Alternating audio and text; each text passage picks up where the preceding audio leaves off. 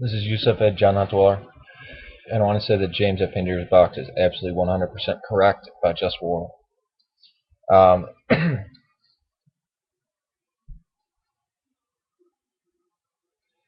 People try to quote the Bible, and this is funny to me and to the Orthodox mainly, because why don't you look at what the Holy Spirit says? What do I mean by that? The history of the Church, the experience of the Holy Spirit active in the world among believers for the last 2,000 years, I think bears clearer evidence to what Jesus meant than us going back and looking at the Bible. We can see that the fighting against the Muslims and expelling the Muslims when they tried to conquer Christian lands, and they conquered most of the Orthodox world, that is a just war. I don't know how somebody can look at World War II and not think that that is a just war, and that those people actually, sometimes, martyrs get. That's why I was always urged the view, well, martyrs were those who rejected fighting and would rather die than kill. But when it came to World War II, I said, well, those men are martyrs too, right? And I remember we taught, yes, exactly, that those men were martyrs. This is by my father. And I believe that. Those men who died on the beaches of Normandy, because it was a defensive war.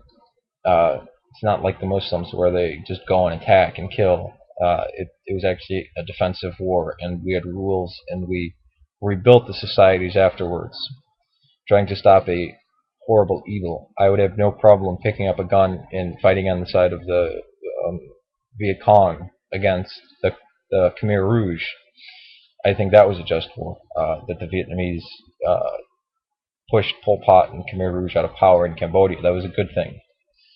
I would have been there in East Timor to fight and die for the Catholic Portuguese-speaking indigenous people of East Timor when they got taken over by Indonesia. Thank God they got their liberation back. Although it was probably the biggest genocide per percentage, probably even bigger than Cambodia. He is anybody who it just doesn't make sense to me that, I mean, even the book of James shows this, how you can care, like that. For me, that's looking at that as a selfish thing. It's an unchristian act. Oh, I'm worried that I'm going to go to hell, so I can't defend the orphans and the widows and the unprotected. No, we're commanded to do that. The apostles turning the other cheek. This is different than being in war. And the 300 years of Christianity, they weren't at war. And there were some wars that are unjust. Don't get me wrong. Most war is awful and terrible.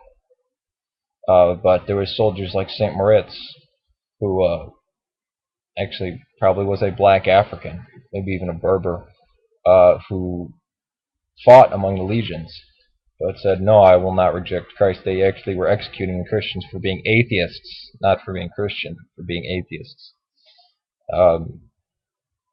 because they wouldn't recognize the multitude of gods, and they wouldn't recognize Caesar as God. Which brings me to another point. This pisses me off that the battle hymn of the Republic has changed, especially the verse, as Christ died to make men holy, let us die to make men free. And now they've changed it as Christ died to make men holy, let us live to make men free. Which is ridiculous. Of course, the original song was John Brown's Body, but the fact that they changed it in Battle Hymn Republic gives it a stronger message, but also the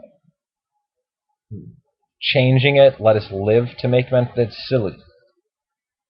You don't go into combat. I mean, I don't know. It just irritates me when I notice it the other day when the Battle Hymn of the Republic has been changed. Lyrics have been changed. Alright. Peace to you, and James at Pandora's Box is correct on this.